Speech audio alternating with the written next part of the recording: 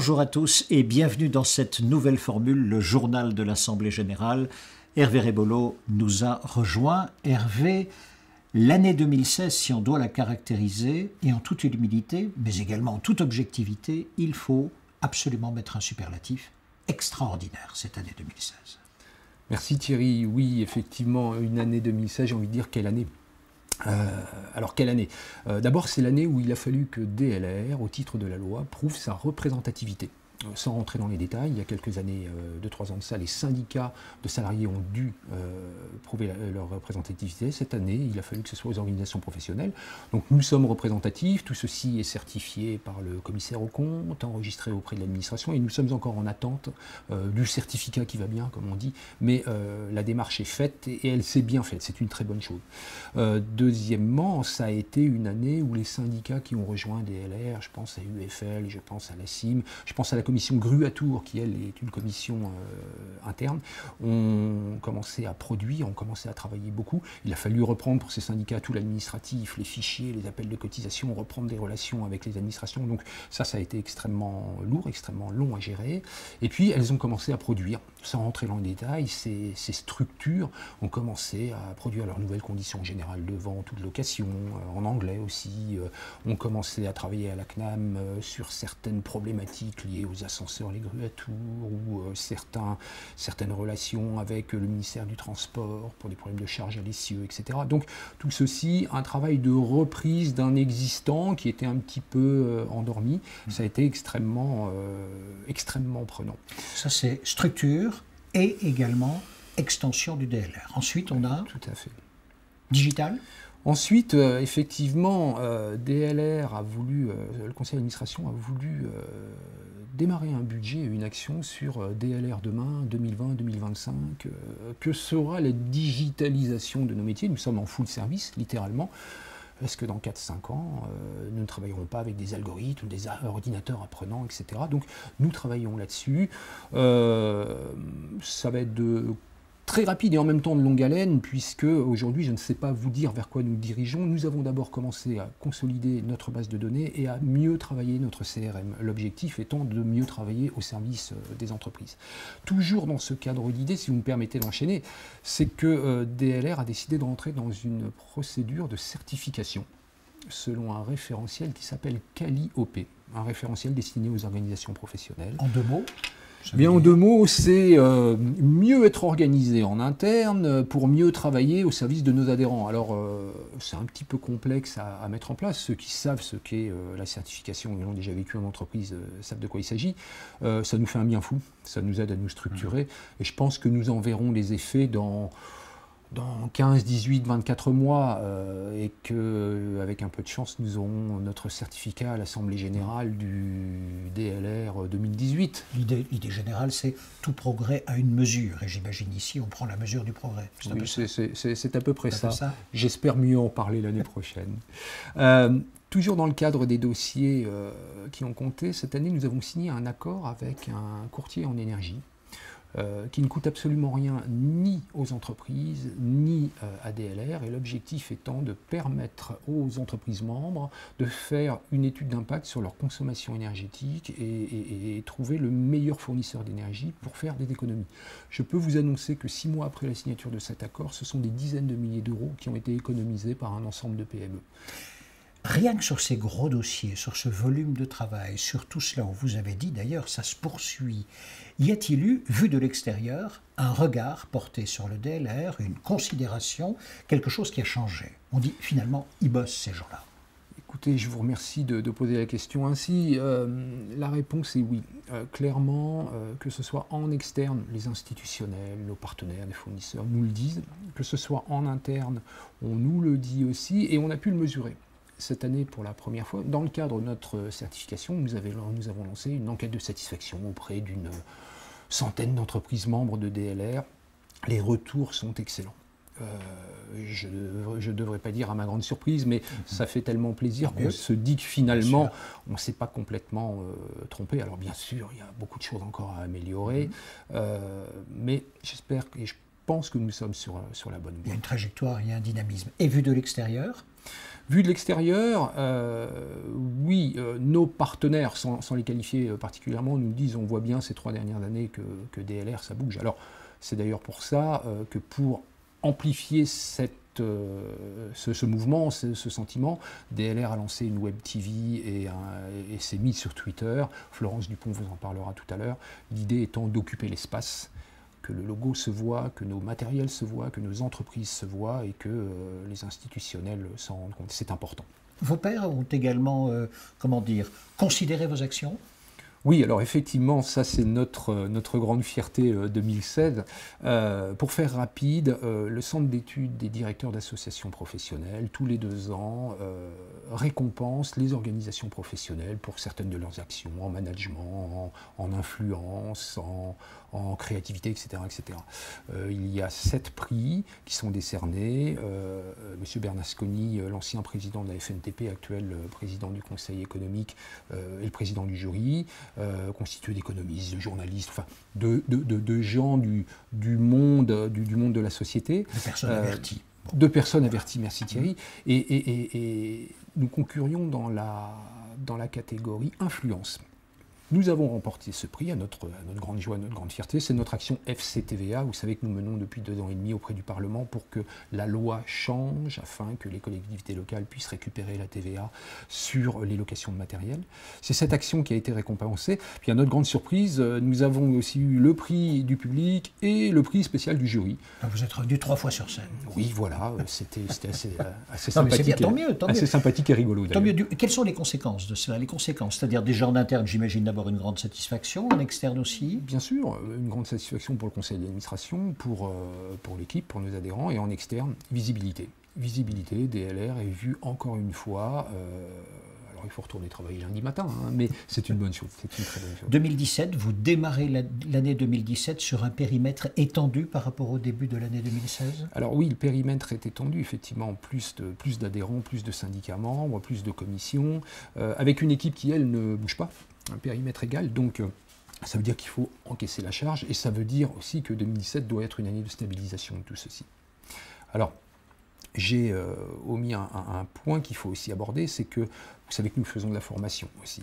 Alors Julie Duval en reparlera tout à l'heure dans le cadre du dossier pénibilité. Cette année, DLR a réalisé à peu près une vingtaine de sessions, dont une bonne quinzaine, rien que sur le dossier pénibilité. Ça a amené des solutions aux entreprises, mais tout ceci pour dire que nous avons mené ces développements en 2016 tout en maintenant cette action développement de la formation qui est essentielle. Si on devait se projeter sur l'année 2017-2018, sous forme non pas de conclusion, mais de prospective, vous iriez vers quelle tendance, vers quelle trajectoire? Alors déjà, mais je crois que c'est un peu pareil dans les entreprises, se projeter à 2 ou 3 ans, c'est toujours un exercice un petit peu compliqué. Mais disons que le fait que DLR, avec de nouveaux partenaires, avec de nouveaux syndicats, avec de nouveaux adhérents, grossissent un petit peu est une très bonne chose. Je vous rappelle que la loi oblige les branches professionnelles à se regrouper dans les années qui viennent, à court et moyen terme. L'idée est de passer de 1000 conventions collectives en France aujourd'hui à 300 en moins de 10 ans. Ça veut dire que plus on sera représentatif, plus nous aurons de possibilités et de chances de faire valoir ce que nous sommes, notre convention collective, etc. etc.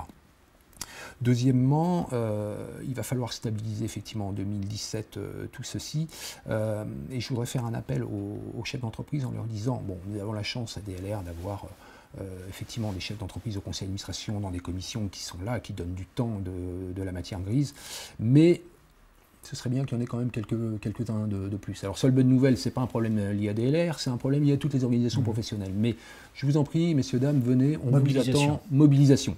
Il faut une sorte d'engagement aussi une forme pour le collectif. d'engagement. Oui. Sachant que pour l'entreprise elle-même, l'engagement dans le collectif sera bénéficiaire pour l'entreprise aussi, j'imagine. Bien sûr. Totalement. Il y a un retour sur investissement, on va dire. Je vais même être un peu provocateur. J'ai toujours remarqué, depuis que je travaille en organisation professionnelle, que comme par hasard, les meilleurs sont toujours dans leur organisation professionnelle. Merci beaucoup Hervé. Voilà donc pour le panorama général de l'année 2016, début 2017 du DLR. Dans un instant, le dossier communication, le dossier emploi-formation. Florence nous a rejointe, déléguée générale adjointe du DLR. Florence, vous êtes en charge de la communication, en charge également de la formation et de l'emploi.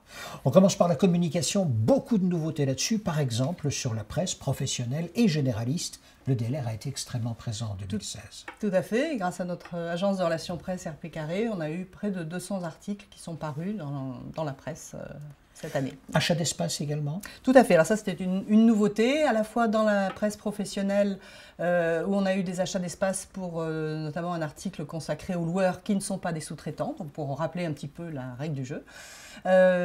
Également dans la presse parlementaire, puisque on a deux... Ça non plus, vous ne l'aviez jamais fait. Ah non, c'est une nouveauté. Ça, c'est plus dans le cadre de l'action lobbying.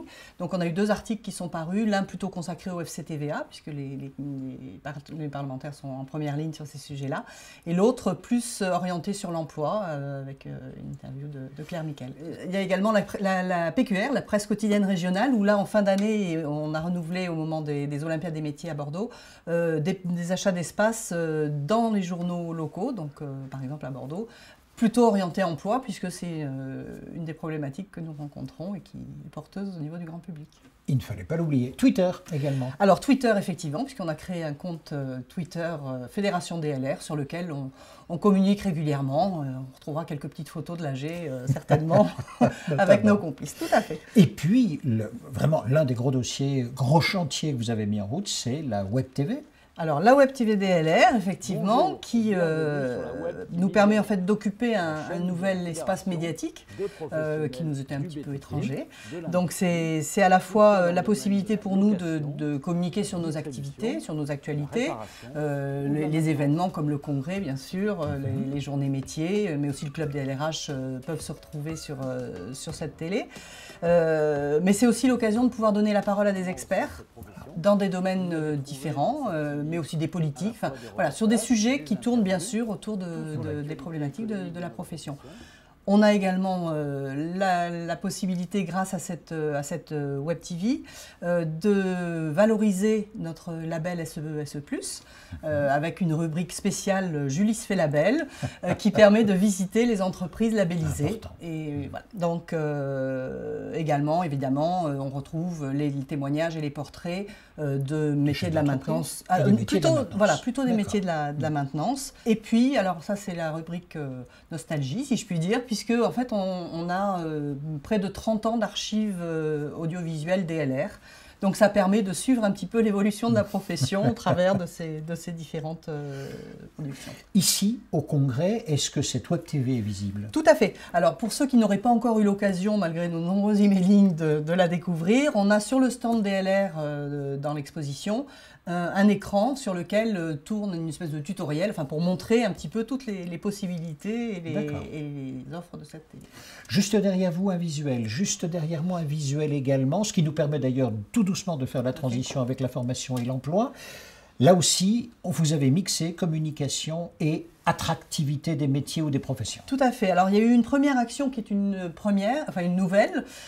C'est une campagne qui a été menée dans le cadre de l'AGFIDIS, qui est l'association de gestion des fonds du dialogue social. Donc c'est un peu barbare, mais pour plus clairement, avec le CEDIMA, qui est notre partenaire sur la machinerie agricole et l'espace vert, et les partenaires sociaux, on a souhaité lancer une campagne justement d'attractivité sur nos métiers, notamment en maintenance des matériels, puisque c'est ce qui pose le plus de difficultés. Et donc c'est une campagne qui a été déployée avec plaquettes, affiches, totems, dans les CIDJ, les missions locales, Pôle emploi, donc plutôt à destination d'un public de jeunes adultes, on va dire, ou adultes en reconversion.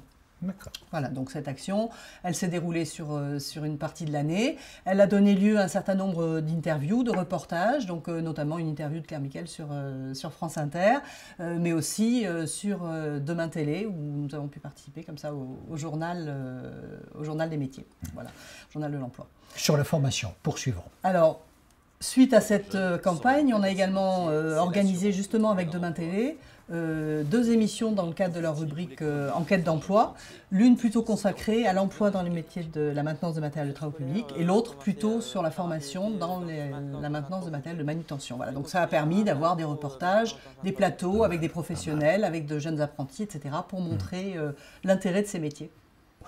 Plus particulièrement pour les collégiens, pour les lycéens, là aussi vous avez poursuivi vos actions comment dire, d'information et de séduction? Tout à fait. On a remanié la campagne de communication qui commençait à dater un petit peu pour la mettre en phase avec les évolutions qu'il y avait eu précédemment sur le site, qui sera à son tour remanié pour le... Voilà, c'est un peu un éternel remaniement et rénovation. L'idée, c'est donc là, on travaille avec nos partenaires du CISMA et du CEMAT, donc les constructeurs de matériel, donc de pouvoir donner aux collégiens et aux lycéens toutes les informations pour pouvoir découvrir nos métiers. Voilà. Toujours à leur égard, vous avez encore de lourdes opérations ou de grosses opérations? Tout à fait. Alors, on a équipé nos délégués régionaux emploi formation, vous savez, qui sont des professionnels du DLR qui interviennent sur le terrain pour assurer le relationnel avec les établissements, avec les rectorats et les régions. On les a équipés d'un sac à malice, si je puis dire, dans lequel ils ont un panel de matériel sous forme de jouets pour des questions de poids et de vol sur les salons. Donc ça leur permet, quand ils ont une présentation à faire dans un collège, dans un lycée ou lors d'un forum de métier, de pouvoir parler de manière plus concrète. Une sorte de kit pédagogique. Voilà, en quelque sorte. Et puis ensuite, il y a quand même un gros souci que vous constatez, c'est quoi? Manque de professeurs? Voilà, alors on vient de réécrire tous nos diplômes, donc le CAP et le Bac Pro maintenance des matériels, nouvelle version, sont entrés en vigueur à la rentrée 2016. On a terminé parallèlement l'écriture du BTS, donc l'ancien BTS s'appelait maintenance et après-vente des engins de travaux publics et de manutention, MAV TPM, c'était son petit nom.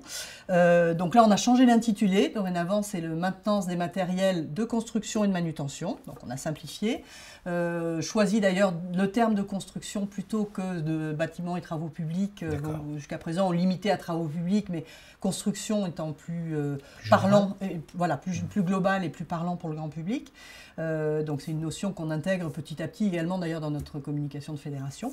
Et donc pour ces diplômes que vous avez reconfigurés, avez-vous toujours le nombre de professeurs nécessaire? Alors voilà, c'est le nouveau défi qui s'ouvre à nous, puisque on constate depuis quelques mois qu'on est sollicité par un certain nombre d'écoles, de rectorats, de CFA également, qui manquent d'enseignants. Alors ça peut être des professeurs en lycée, mais ça peut être des formateurs aussi en CFA.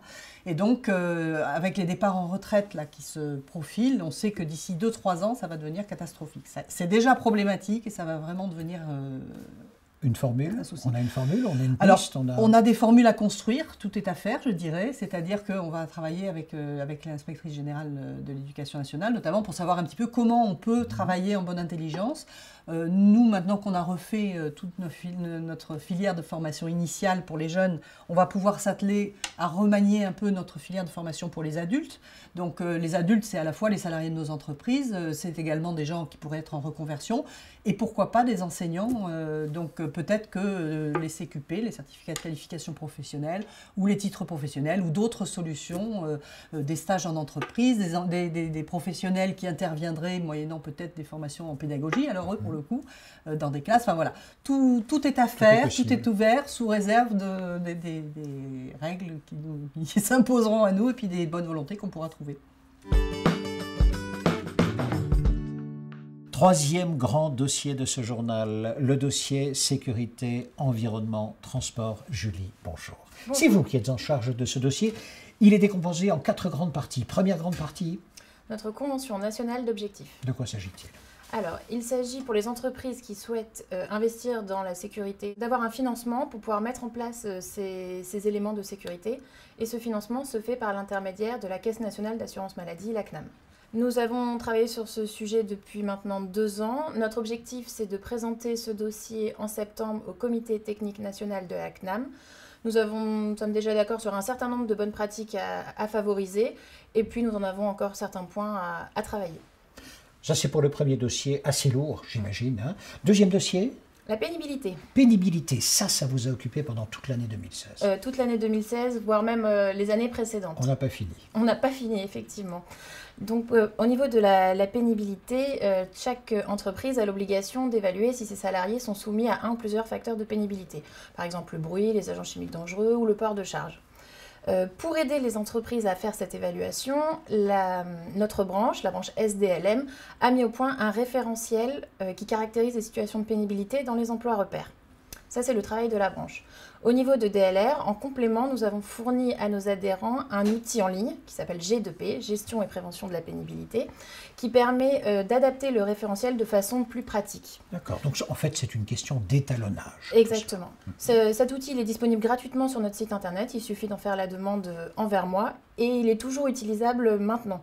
C'est-à-dire que l'objectif c'est d'être prêt, les entreprises elles doivent fournir leurs résultats dans la DSN au 30 septembre. Donc, il est encore possible de faire cette évaluation, de revenir vers moi pour que je donne un accès. Et je vais faire une session de formation le 11 avril pour aider les personnes qui utiliseront cet outil, s'ils le souhaitent, à apprendre à l'utiliser. Donc, un outil pour bien adapter les normes de pénibilité aux activités à l'intérieur de l'entreprise, Oui. Premièrement. Un outil et une formation. Et une formation. 11 avril. 11 avril, tout à fait. On a déjà fait 10 sessions de formation sur ce sujet, ça fonctionne très bien. On a déjà à peu près 200 personnes qui utilisent notre outil et ça correspond à 150 entreprises. Troisième grand dossier, l'accès des personnes handicapées aux ERP. C'est ça. Alors, Là-dessus. un ERP, c'est un établissement qui reçoit du public. La grande question, c'est est-ce que nos entreprises sont des ERP ? Nous n'avons eu aucune précision des institutions, et ce n'est pas faute de leur avoir demandé, sur cette définition. Donc par contre, ce que nous savons, c'est qu'on entend par public, dans établissement recevant du public, toute personne qui a un accès à une partie de l'entreprise, un accès libre, c'est-à-dire non accompagné. Et bien sûr, qui n'est pas un salarié, puisqu'un salarié n'est pas du public. Dans cette optique-là, les entreprises peuvent être concernées si elles ont un showroom, un magasin pièces détachées avec un comptoir, où là, les clients peuvent venir et avoir un accès libre. L'atelier, les bureaux ne sont pas libres, on les accompagne systématiquement. Et donc c'est cette partie, donc du parking jusqu'au magasin, qui doit être accessible. Ça veut dire avoir une porte suffisamment large, un accès plein pied, et un peu de signalétique, etc. Dernier dossier, quatrième, c'est l'Argus Chariot. Voilà, nous avons un site en partenariat avec le CISMA, donc le site arguschariot.com, dans lequel on peut retrouver la valeur de reprise d'un matériel en fonction de son âge, de sa marque et de ses caractéristiques techniques. Ce site existe depuis plus de 10 ans et en 2016, on lui a refait une nouvelle jeunesse en lui donnant un nouveau design et un accès mobile, ce qui est très important au vu de l'ère du temps. Avec ces 4 dossiers, est-ce qu'on a brossé toute l'année 2016, Julie, ou bien Presque. il reste encore un tout petit bout? Il reste un petit bout, effectivement. Nous avons eu 4 entreprises labellisées. Donc ce label, le SE+, la certification sécurité environnement de DLR. Donc dans ces 4 entreprises, il y a Colbert Location, MGM, Almat et AB Matériel.